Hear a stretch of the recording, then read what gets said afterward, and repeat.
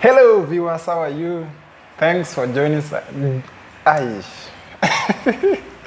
Thanks for joining us again. I know we're here last week on Sunday. We're back again with Coach Raymond. And we want to welcome you officially to our channel. So if it's your first time to be here, ensure that you subscribe. Support us in any way that you can. You can comment, you can invite your friends and all that, yeah. Tunajaribu kuleta knowledge. So the main purpose of this channel is to inform. Yeah, there's a lot of misinformation going on, and the main purpose of these episodes is to inform people, at least to know what they're doing, so that they don't do things blindly. So join us, and today we are going to talk about fitness myths, around 15 of them, and basically it's trying to debunk these myths so that we can be able to give you the correct information, and that is going to help you in your fitness and health journey, so that at least you can see the results you are looking for. Yeah, because the reason why we are talking about myths is it's misinformation basically, and that prevents people from seeing the goals or achieving the results that they want. Yeah? So welcome and stay with us. So Raymond, umekuaje? Niko poa. Yeah. We're here Sunday. But did you get to watch the video? Yeah, I watched the video. Ilikuwaje uliona? It was fantastic. Yeah. That's good. That's my first time. Yeah. First time. Welcome to this world. It's a good world. Yeah. And as you get to pole kuendelea, you realize that people need this more than they think. And it's not a tough world. It's only need to, we are trying to educate one another. Yeah. Every day we learn. Yeah. Very true. So leo tunaongelea myths gani? Hebu tuambie the first myth we are talking about. You can spot reduce fat. You can spot reduce fat. Yeah. What do you think about it? Or what does it mean kwa mtu mwenye maybe hata elewi hiyo kizungu? Inamaanisha nini kwa mtu mwenye ni mpya? Maybe they because also fitness of it is science, and it uses language that some people may not be able to understand locally. Yeah.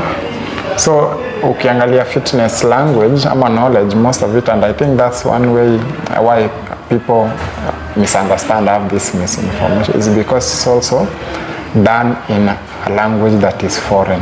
Yeah. It's not catered for, let's say, local population, whereby tunatumia Sheng na Kiswahili. Yeah. Sheng, Kiswahili. So also it's a role, a responsibility for us to kind of break it down to a normal person. Yeah. Kuspot reduce, unajua mtu anaweza shindwa ni nini? Spot reduce. So naweza elezea maybe mtu wa layman language ni ile spot reducing, ni ile tuseme uko na mafuta hapa, mtu unakuja tuseme maybe that's hiyo ndio shida tu inakusumbua, uko maybe na belly, the rest of the body uko tu sawa. So spot reducing ni ile unataka hiyo mafuta tu, hiyo area tu iende, all the other areas zibaki tu zikiwa intact, zikiwa fit, because hiyo area tu ndio inakusumbua. So you want the fat in that specific spot to reduce. Yeah. So why is that a myth? Hiyo ni myth. I think because when you come to the gym, you want to work a specific, like, let me say I want to work shoulder, I want to work out the shoulder. So obviously I will use the whole body at some point when the weight is too heavy. So I think that is the myth, that you cannot come to the gym and you want to only reduce fat and the rest of the muscle remain the same. That cannot happen. Cannot work. Yeah, that's the myth. Okay. Yeah. And also I think it's more of, you see the body now, we have the energy systems that the body uses. Yeah. Whereby even if you are working your shoulder, it doesn't mean you are actually reducing the fat on your shoulder. Yeah. Because that's not where the energy is coming from literally. So the myth is that if you work out a specific area, you are burning fat only around that area. Yeah. Like you are using the energy in that area. But then now the body doesn't work like that. When it comes to energy, you have to kind of follow a certain procedure for it to get to a point whereby it is reducing the fat that you are targeting. But then for it to get to a point whereby you are losing fat, it means that you are in a specific, let's say, deficit, caloric deficit, so that the body is now tapping into the stored energy for it to kind of use that energy to convert into energy, what we call ketosis. Meaning that unaweza piga hiyo tumbo kama mafuta iko kwa tumbo na ikosa kuenda juu, primarily haujafika penye body inahitaji kutoa hiyo mafuta. Yeah. And you can see other areas are toning, but then ile mafuta bado imebaki. Yeah. So meaning that you cannot specifically reduce fat in a certain area because the energy supply in the body doesn't work that way. Like it doesn't rely on the fat. If you work out, you are not basically cutting the fat. Yeah. It's a whole different thing. So wezi like you can't spot reduce. So kama umeenda gym, you have to understand that it's a whole process. And there's no shortcut about it. Yeah, there is no shortcut. You can work out. You have to wait for a long time for the fat to let's say to turn into fat, like to go into ketosis. That is by going also into a deficit, a caloric deficit, to allow the body to get into that process. So ukikampiga tu gym yako mwili mzima, don't focus on that. In fact, you don't even need to focus on that area for the fat to go. You just need to work out. Yeah. Makes sense? Yeah, it makes sense. Okay, let's go again to the next one. Second is lifting weights make women bulky. That is a myth. It's a myth. That's a myth. Yeah. In fact, ni siku hizi wanawake wameanza kubeba weight. Ukienda gym zingine bado za kitambo wanawake wabebe weight. Wanawake wako wanabeba weight. Juu like they have this myth. When they carry weights, they will develop muscles in a certain area like bicep, like shoulder, and they think they can resemble men, something like that. Exactly. So I think that is the myth. And then lifting weight make women bulky. I think also it depends the way after workout, go to your house and you eat junks food. So I think like muscles when after workout, when you eat junk food, you will grow. Yeah, you will grow, and then those part and then unaweza kufikiria ni chuma inakufanya ugrow. Si chuma. Si chuma. So umekula junk food. So umekula junk food. Like mmoja muscle wanga imejipanga, like tuko na muscle katikati and then tuko na fats juu. So kama umebeba chuma utanini like hypertrophy process will occur. Yeah, so muscle ita grow and then fats inakuja juu tena. So hiyo ndio unaonekana mtu ako bulky kwa hiyo. Still hata saa hii bado utasikia ukipea dem exercise anakuambia sio ni ya wanaume. Mimi sitaki kuwa kama mwanaume. Like ukichukua dem pale umpe chest, utasikia most probably kama hajaifanya atakwambia si ni ya wanaume. You know? Unasema mimi sitaki grow muscle kwa hiyo. But I don't think you can like women wako na less testosterone. Testosterone ndio wanga ina grow muscle. Yeah. So wale wenye wanga grow muscle ni wenye wamejidunga madawa, alafu ina depend pia na genetic. Yes. Yeah, kitu kama hiyo. Yeah, true. So and I think it's good that this information, because unajua pia coaches wa kitambo, they used to believe the same thing, that women hata hizi aerobics most of the time they are designed for women. Yeah. And the reason for that was that it was believed that's how body toning works, that's how you reduce weight and all that. And if women lift, they are going to grow muscular, to become muscular or bulky. But then the truth is, even for men to become muscular, it takes a long while. It's not something that occurs in just a few months. Even men, when you are on a high testosterone, still they have to do that for many years for them to get back. Hata mwenye amejidunga steroid, lazima work out. Na ukule vizuri. Yeah. So basically what we are saying, women ingia gym, piga weight is the best, because weight training is the best training there is. Yeah, because muscle pia determines the quality of life that you will have. Yeah. And also when Ray amesema you don't have enough testosterone to grow muscle at the same rate as a man, even if you are exposed to the same kind of training routine, it's going to take you years and years to even grow a small amount of muscle. You know? So piga chuma, you are not going to ukiona umeanza kuget bulky ni sawa, acha basi. Yeah, lakini piga chuma proper like a man, and you will see, in fact chuma ndio inakupeanga shape. It's what keeps you fit. What I know, when you come to the gym and work out, it's more about health. Yeah, coming to the gym is more about health, to be fit. Exactly. Yeah. That is the goal. That's the goal. Yeah. And to prevent lifestyle diseases like diabetes, the pressure, stroke. Yeah. Vitu kama hizo. Good. I think they've understood that. So piga chuma. Don't worry if tumesema tukifika hapo we cross that bridge. Ukikuwa bulky sasa tutaelewa wenyewe kwako itakuwa bulky, tuachane na weights. But then just lift. Let's go to the next one.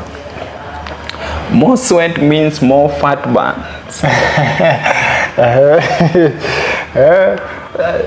Hiyo kitu unaisikianga sana. Leo nimesweat. Leo lose a lot of calories. Leo nimekata mafuta sana. Yeah, I think this is a myth also. It is. Yeah, it's a myth. Like nikuje gym and then ni sweat and then niende na kuna kitu yenye nimefanya. Yeah, sweat pia inamaanisha azina depend na nini, like mafuta yenye ulipaka na genetic. Saa zingine wewe ni mtu mwenye sweat. So I think kuja gym why focus kwa the burn. Kama umetoka kwa gym feel you have the burn. You have the burn at the shoulder, arms.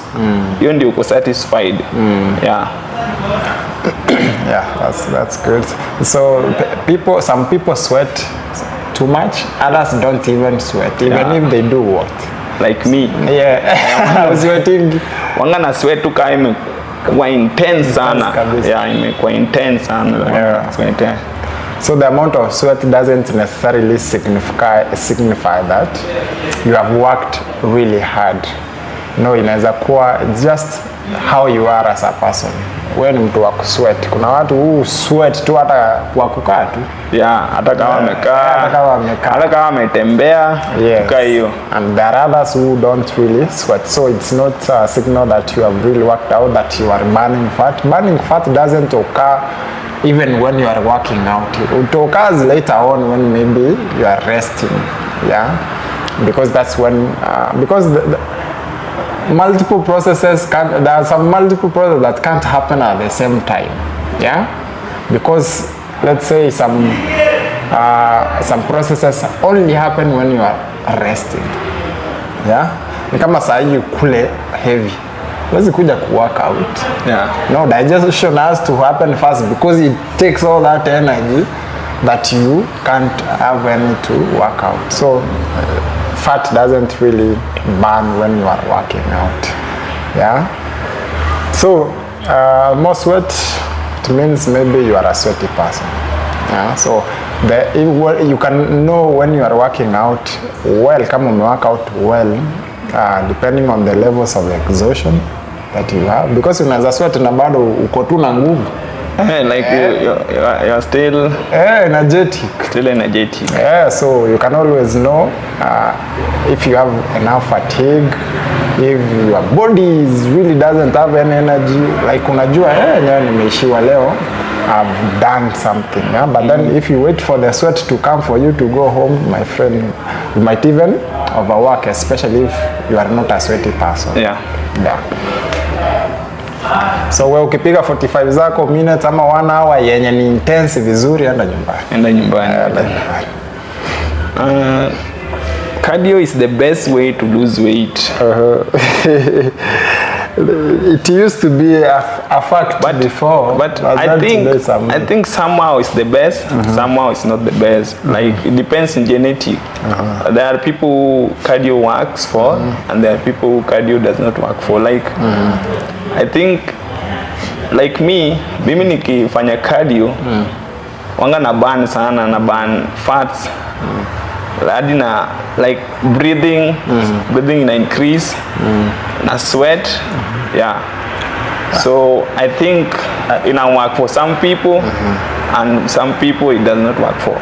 No, it's a myth, because for what you are saying is, what we can say, cardio is the fastest way. It's the fastest way to whatever, to lose weight. It's the fastest, but then it's not the best way to lose weight. Because research has come nowadays, and weight training has like been run the best in terms of losing weight. Because you see now, when we are talking about the best, we are looking also at sustainability, and also in terms of muscle mass.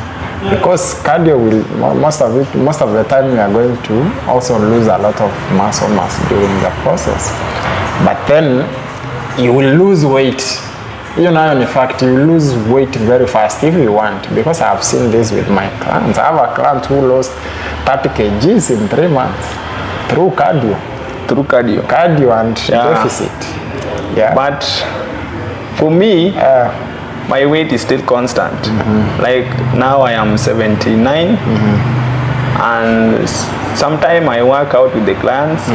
Yeah, and people keep telling me I will lose weight, but I think it's more of genetic. No, also. Not necessarily, because you see what happens. Also, you have to look at it from a perspective of because your body kind of has a way of working. So, ile maintenance calories zenye unakulanga a day, your body will force you to reach that maintenance calories. Yeah. So, let's say if you have overworked today, most probably your body will demand more, so that you can reach the target it wants. That's why inaweza kuwa ni ngumu kwako ku lose weight even if you are overworking in the gym, because at the end of the day you are going to compensate that na kukula. Yeah, so unarudisha zile calories zenye umeban. But then if let's say you were to continue with the same cycle you are doing, but then drop your calories in eating, you will certainly lose weight. Yeah, I think that is true, because when after I leave the gym,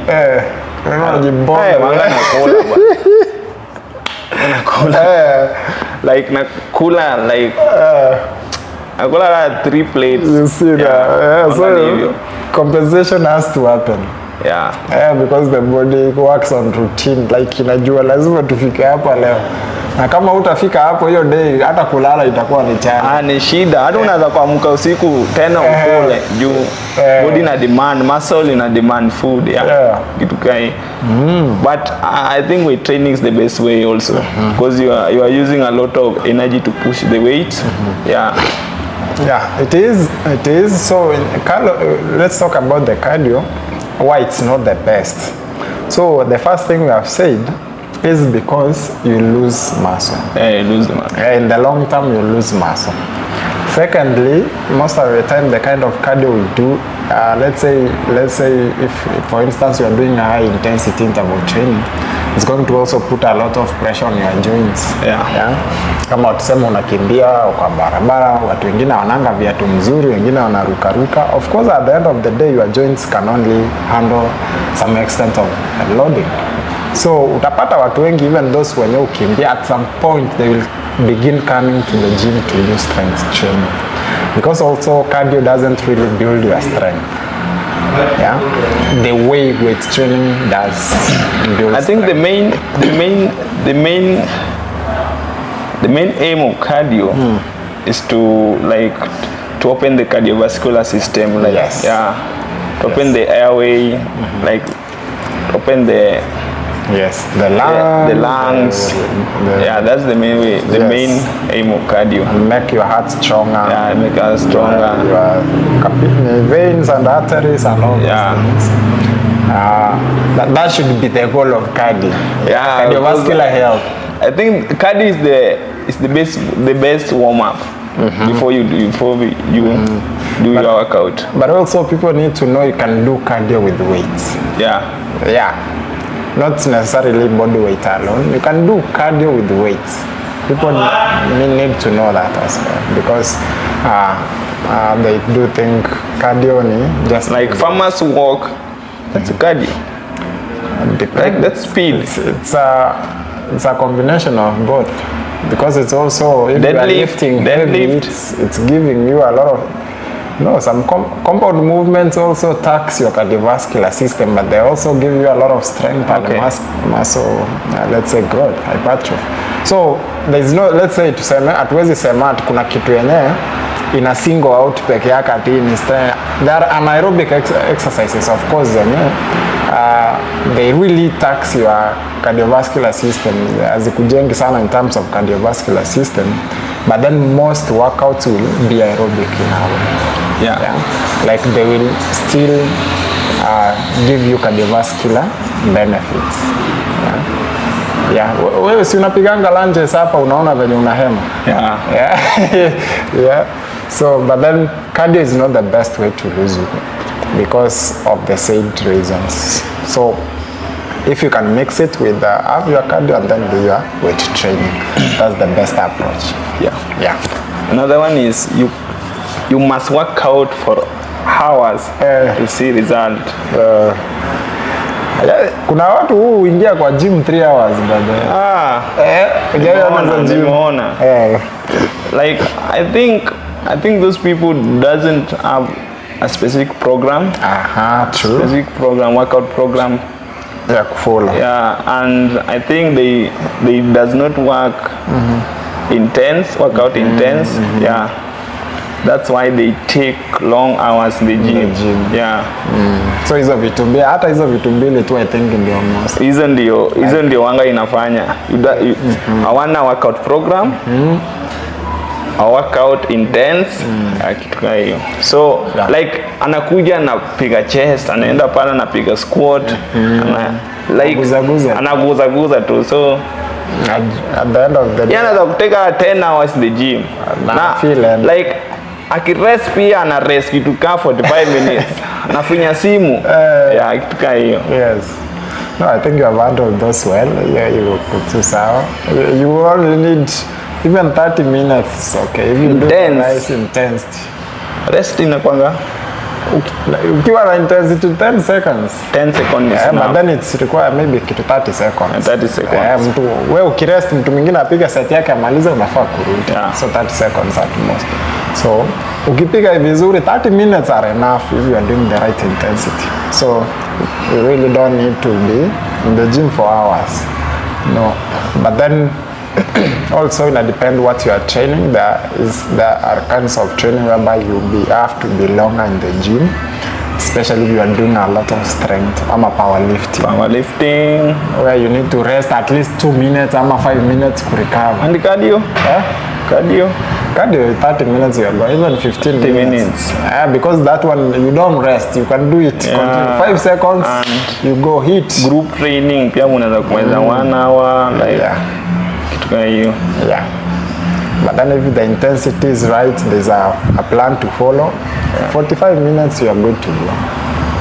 Yeah. Good tuangalie kama ina record, inaweza kuwa tunaangalia kama ina record. Tuende ingine basi. If you don't feel so, you need to work out hard enough.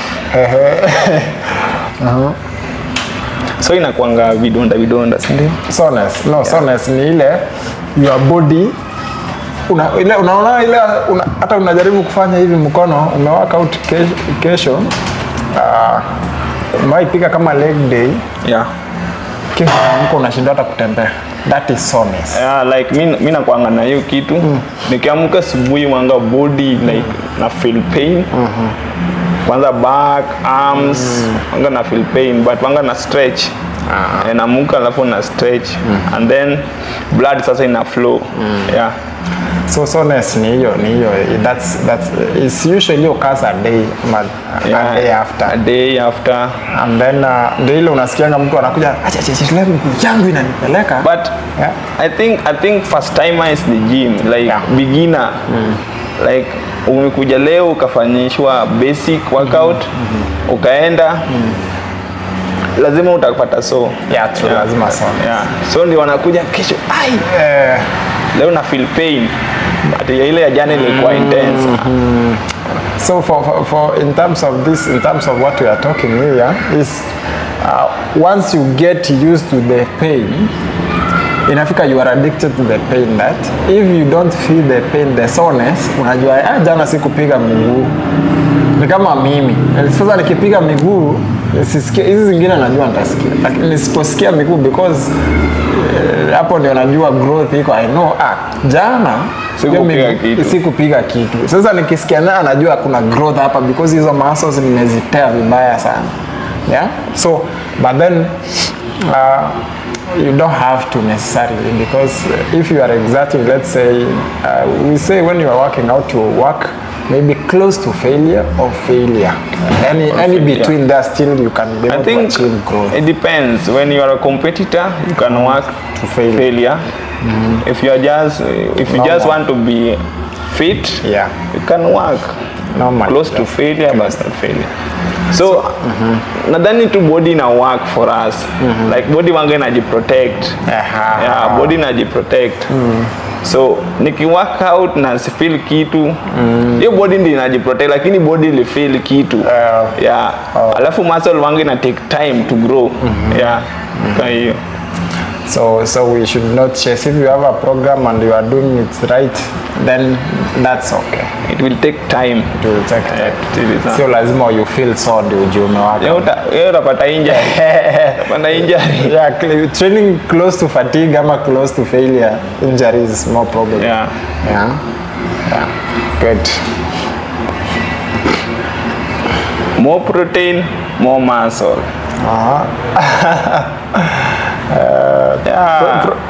Protein on its own doesn't work. Like me wanga think we as trainers we mislead our clients. Ukule protein uta grow muscle. Like I think kuna watu wengine wango grow na carbohydrates. Anataka tu energy ndio grow.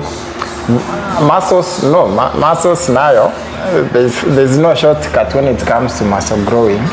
But then I think now in this sense what we mean is that what happens is this protein has to be coupled with working out. Like huwezi kula protein na umekaa tu hivi you expect to grow. No, you can only grow when you are working out, and now the body needs this protein to recover so that you can grow. But then you see now people will think if I eat more protein, I will, without the exercise, I will get the muscles. So that's where the myth is. But then you can't grow muscle or muscular with the carbohydrates. You can grow fat, you can grow a body, you can grow bigger, but then not muscles. Because muscles feed on the protein, the aminos that I have a question. Yes. How does creatine work? Creatine. Like creatine in terms of muscle development. Yeah. It's holding water in the muscle. It's like sending water in the muscle. Okay. So water retention. So you appear full, and then also there's a protein in the body that prevents growth, myostatin. It also subdues the protein because, like for me, if I don't, let's say, get to a point whereby I can be able to override my myostatin, I will stay like this for the rest of my life. Okay. Yeah. So I have to use something that helps me to subdue the myostatin, so I can grow muscle past the point that I am right now. So of course it has other benefits, but then in terms of muscle development, that's how it works. Okay. Holding water in the muscles and also helping the body to subduing the myostatin. Hiyo protein inakulimit, ni ile inajiprotect venye unasema, inaprotect you don't grow muscles past a certain point. That's why when people use steroids, because they have to overcome that protein. Without hiyo protein ni kuprotect tu. Ingekuwa hatuna, tungekuwa tuna grow any effortlessly. Grow kama giants. Unakuwa kama giants, but then ni ile body inajua venye inajiprotect. So ini ya watu wenye workout na nakula more protein. No, yes, yeah. In this hii myth ni ya mtu mwenye workout. Yeah, anasema mimi nikikula protein na yeah, so hiyo ndio sana kujia like unajua ukikuja gym unatea muscle. Yes. Na protein wangu ina work for muscle growth.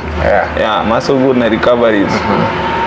So I think when wanakuja gym wanaanza kugrow muscle waki eat more protein. Yes. Okay. Yes. So lazima nayo you have to partner it with the gym, with working out. But then on its own you can only eat kidogo. Like in a day unafaa eat. Haitakusaidia hata ukikula mengi because the body doesn't need it as much like someone mwenye anaenda gym. Yeah. Tuseme ni kama wewe unahitaji, ni kama wewe unalipa rent let's say 20k na mtu mwingine analipa rent 5k. So yule wa 20k anahitaji more money than the 5k. That's the same thing. So mtu mwenye anaenda gym anahitaji 20k ya protein. They achieve hiyo ni. They achieve.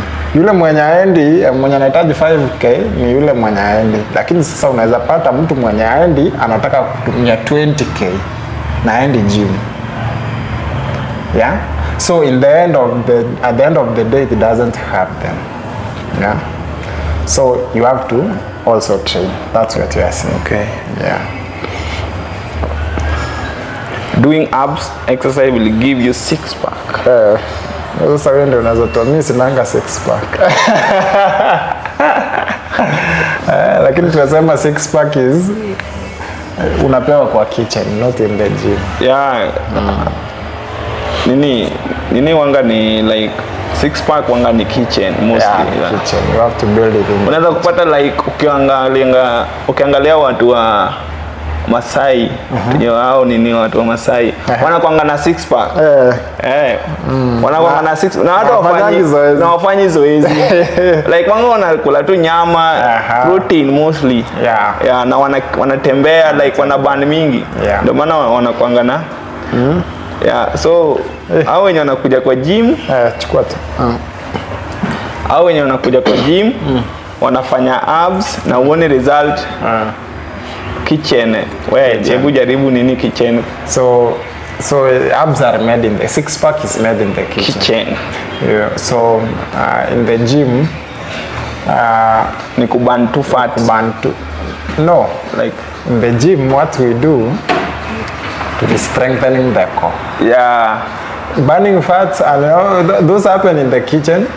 Of course working out helps, but then for someone to really build a solid let's say six pack, you need diet sana. Diet. Yeah, because it's a reduction of the fat to reveal the abs. Kila mtu ako nazo, ni vile tuseme kila mtu ako na abs by the way. Exactly. Like abs ina protect the core. Like hiyo ndio ina protect the core, hizo tumbo. Organs. Yeah. So we are not saying usifanye abs workout, but then don't do them because you want to get a six pack. You do them because you want to strengthen your core. Na core ikiwa strong ndio inakusaidia vitu kama squat, you know, these other movements. Yeah. Because if your core is not strong also, other muscles compensate, they suffer in a way. Another one, we have machine are safer and better than free weights. Hebu ieleze hiyo kitu venye wewe unaielewa kabla nieleze. I think machines are more dangerous. Yeah. Like we have this machine, Smith machine. Smith machine, like if you are doing squat, it targets a certain muscle in the quads. Yeah. So that's why machines are more dangerous. Yeah. And we also have like if you are doing chest in a Smith machine, it targets certain muscle. Like we have the upper pecs. So if you are doing the incline bench press in Smith machine, it also interferes with the shoulder. Yeah. Okay, so for me, I do think machines are safer, especially for people who have issues, health issues. Yeah. So the only place naweza sema haziko safe ni whereby they are not stabilizing enough. Like when you are using free weights, stabilization, there are so many muscles that are involved in stabilizing the exercise you are doing. Lakini when you are using machines, because you are fixed in a certain position, you can only use specific muscles. Yeah. So unapata there is a lot of weakness of the muscles going on when you are using machines. So because iko fixed position, so your muscle tu yenye inatumika ndio itatumika, but then when you are using tusema dumbbell yenye inaweza move anyway, you recruit more muscles in balancing that dumbbell. Yeah. So unaweza pata watu wenyewe wakuna nini, they have better biomechanics who use free weights, better biomechanics, better balance, better nini, because of the way like more muscles are involved in working out than but then tuseme kwa mtu mwenye ni mgonjwa ama nini, for me I prefer machines because they are way safer. Hakuna I move a lot, maybe ni kukaa na kufanya. Lakini mtu normal wewe fanya free weights. Yeah, if you can upate hiyo balance, strength. Yeah. Ndio saa hata ukienda machines uko sawa. Yeah, but then begin with the free weights. They are the best overall. Yeah, okay. You need supplement to get fit.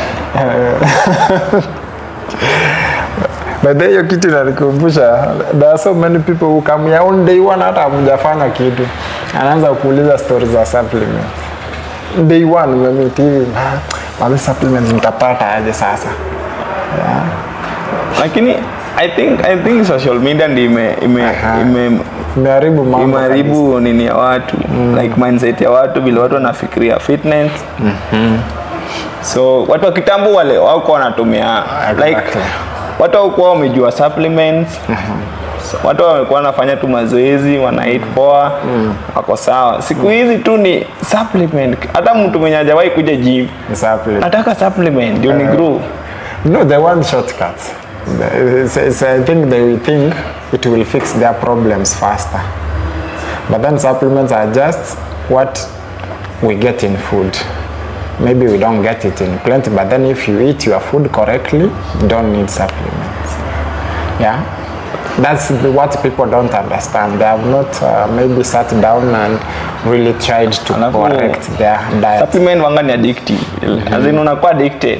So like kama hujakula hiyo supplement yako, kama una do hautakuja gym. Hautakaa gym. So inakuanga nimeona watu wengi hautakaa gym. Ati leo sina creatine, leo sikuji gym. Juu hiyo kana feel ana ile energy ama ana ile energy strength. So feel ana kapre workout leo anasema leo niko chini, leo sikuji. So me what I can advise tuachane na supplement kwanza. Supplement wanga ni to supplement. Kama umesafika certain point, even if like you are going to compete, kama unataka body yako, unaona kama hiyo body yako bado ni ndogo, supplement. But an advice, if you have any lifestyle disease like pressure, diabetes, don't use supplement. Yeah, because it raise the cardiovascular system, like pressure. Naza kufa. Yeah. So what we can tell them is focus on the diet first. Diet, chakula first. Yeah. Make it clean, make it sustainable. That you will be okay. In fact, you don't need much. Yeah, I don't need much. Mtu anahitaji supplements sana ni ile tuseme akona deficiencies. Yeah. Ama they have certain issues zenye zinafanya mpewe supplement. Maybe they can't get that in good amount from food. Maybe ndio na. Let's say deficiencies, let's say. Yeah. Kama umezaliwa calcium yako iko chini, magnesium yako iko chini, like na umeambiwa na daktari. Lazima uende kwa daktari. Then ukifika maybe at some point maybe an elite person, ama you want to compete, you are going to competition and all that, then you can supplement. You can supplement. If you can afford them, More exercise is always better. More exercise is always better. It depends with the environment. It's always better for someone who is losing weight, who is trying to have because tuseme kuna watu wako sedentary lifestyle, they're doing nothing. Yeah, that more exercise is better for them. Yeah. But then for someone who is working, more exercise can also cause overtraining, which can lead to injuries and all that. So in this aspect, maybe ndio kwa mtu mwenye ana workout, like ndio tumesema 45 minutes to 60 minutes, ukimaliza enda nyumbani, because past there you are likely to get injured. Juu ushachoka already. Kuna time unachoka, the body is telling you have energy but then you really don't. Yeah. So kitu ni ile it also depends where you are. Yeah. Where you are. But then if you are in a gym setting, more exercise doesn't really help us much. If umefanya vitu zako, that's what I can say. Okay. You can out-train a bad diet. Out-train. You can't out-train a bad diet. Hata ufanya aje. Kama unakuja gym na uenda ukule venye unataka, you'll always be where you are. Or get worse. Kuna watu wanakuja kwa gym lakini bado they get worse instead of improving. Meaning they go, instead of eating well, they eat badly. For me wanga sichagui chakula, like mostly wanga na work. I have a workout partner. Wanga tunatrain na like wanga na follow that strict diet. Mi wanga nakula tu like mi nikipata hii mandazi yangu asubuhi nakula. Jioni sukuma yangu na mayai kula. So wanga nisi follow that strict diet, but bado naonekana niko fit, niko na shredded abs, niko fit. It's because deep in your mind you are aware of what you are doing. Yeah. It's not that hujui kitu yenye unafanya. Unajua sifai kunywa soda mingi, unafaa sijui kula KFC mingi ama nini. You are aware of that. So hata ukikula hiyo mandazi 2-3 unasema leo nikikula si mind juu hakuna kitu kingine nitakula junk. Yeah. But then if let's say the whole day umekula mandazi peke yake, umekunywa maziwa, of course you'll get fat even if you are working out. So kitu ni ile, you have been doing this for a while. So you understand yourself, your caloric needs, you understand how your diet works and what keeps you going. Yeah. Lakini kwa watu wengine, they are not aware of that. So at the back of your mind, wewe hiyo information iko. Lakini kwa mtu mwenye ajui, we need to drill that information that you need to eat well for you to see results. Yeah.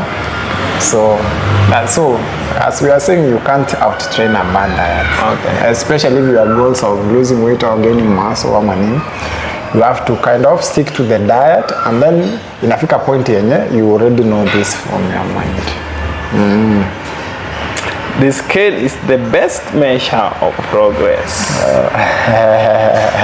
Wale wenye upimanga pala daily. Like mtu anakuja tu kwa gym, wapi scale, anapima, wapi scale, anapima like anapima leo, kesho. Hiyo kitu wanga interfere na mind, alafu inakudiscourage usikuje gym. Sana kuja gym kufanya nini na weight yangu bado ina increase, instead inafai decrease. So jamaa anasema mimi nawacha gym. Hadi nawacha pesa amelipa.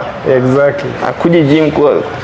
Sasa zingine scale iko na issue. Sasa zingine ina nini tu weight kwa juu. Like mimi nilienda kupima weight yangu kwa hizi barabara. Nikapata ka weight yangu iko 89. So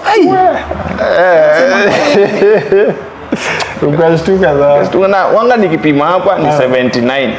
Hiyo umeongeza 10. Nimeongeza 10. So unaona ka hiyo kitu inaweza interfere with sana mind. Kitu kai. Also, so what we mean is that there are many ways to measure progress. Yeah. Weight is one of them, but then if your goal is losing weight takes time. So first of all, there are these what we call foundations. So when you are losing weight, you kind of have to take care of the initial foundations. Unaweza kuwa ulikuwa unaanza, you are struggling to sleep. You are feeling maybe lazy, lethargy, kama nini. Your mind now starts to feel good because of the release of good hormones. You are struggling in breathing. You are flexible. You are breathing well. As in, also that's a measure of progress. But then most people ignore that. But then when we look at it from our point is that sahi utapata tunauliza unalalaje siku hizi, umepanda stairs ukasikiaje. You know, those questions, those are also we are trying to see, are you improving, because those are the things that once they are taken care of, weight itaanza kuteremka. Yeah, so weight is like the last thing that is going to, ikianza ni ile vitu zingine zisha already okaa hapa katikati. So focus on those things kwanza, feeling good, eating better, you know, sleeping well, feeling good for yourself. Better mobility. Yes, like, you are flexible. Good balance, unaweza tembea vizuri, unaweza vaa kiatu vizuri. Unajua kuna watu nilikuwa nao wanavaa kiatu na mwiko. Mtu akiinama like wanga mtu anafaa inama aje. Hata kuinama kuna watu wenye walikuwa wanasaidiwa kuamuka. Like tuliambiwa venye unafaa uiname. Moja kuna wengine unainama kama the nini, like umeform kitu ka dome shape. So unainama kama nini yako iko mgongo. Kama uko mdogo haina shida. So, kama uko mzee, like tuliambiwa the best way unaweza kuinama, unafaa uiname hivi, like hivi. Ukiokota kitu. Yeah. If it's light, it doesn't really matter for me in terms of loading the spine. Kama wakati mtu anafanya workout pale, if the weight is small, umempea 2 kg, 3 kg, hata kama atainama hivi, I don't mind, because that weight is not going to actually do any damage. But then if it's a heavy weight, it's going to do a lot of damage. So kama ni mzee, hiyo nini ya kukaa tunaiangalia sana. Yeah, because wakati unaamuka, we want your legs to get strength. But then if you are using your glutes kuamuka, inamaanisha your legs are still growing weak, you know? So like the things that you look at it. Anyway, tumeenda mbali from the big.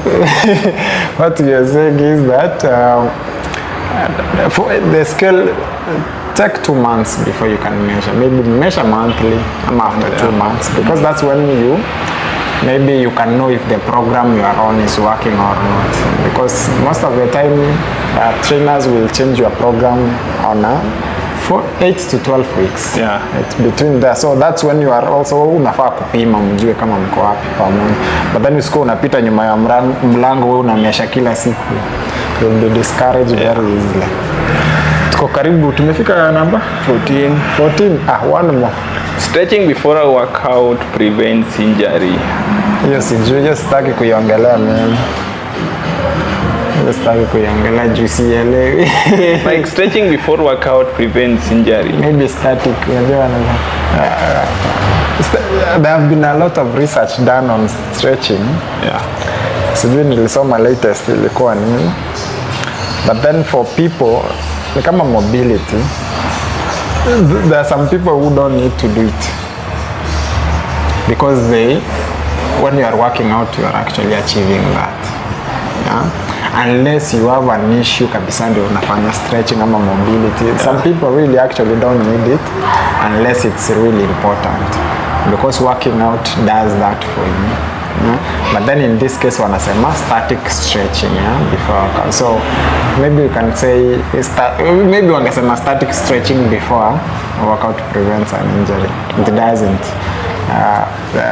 Because static basically it's elongating your muscle for no reason at all, instead of warming you up. So you can use, instead of static, you do the dynamic one, yeah, which actually it's imitating the movements you want to do during that day. Yeah. So static kwa wale watu wenye hawaelewi ni ile you are stretching, unashikilia, nisema kama hii ni static stretch. Yeah? You are holding a certain stretch for a particular period of time. Yeah. And then you release it and do a different, so that is and hiyo inatumika kumaliza. You are stretching a muscle that has worked out already. Yeah, so starting inafaa ufanye after workout. Yeah. After work. Dynamic before because in a movement. Yeah, in the movement like yeah, so static don't use it before. Okay. Yeah, that's what I say. You must eat immediately after a workout. Hata mimi wanga hii inasumbua cause after workout una feel njaa. Yeah. Na kama body ina need lazima uipatie. So it's a myth for that you have to eat immediately after. But then you see some people, once they work out, the appetite is not there anymore because maybe the body kama like kuna wengine after workout wanafeel kama wameshiba. Yes, because the body now is using maybe a different mechanism of energy, so you feel full, ni kama umeshiba. Okay. Because energy system maybe imeshift kwenda kwa fat. Yeah, you can never know. Kuna wale kama mimi lazima nikule after workout, which is good because you are maybe refueling your glycogen stores. Yeah. Una energy, you need energy. So so what we are saying is that sio lazima ukule. Kama una feel umeshiba, that's good. Wewe unaweza kurelax kwanza. Ndio kule.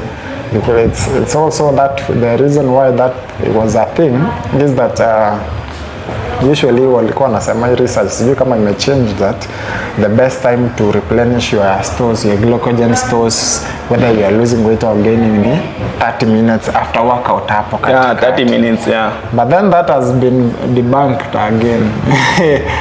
Like ni myth, imekuwa ni myth, sio lazima ufanye hivyo. So but then if you feel the need to, you can eat.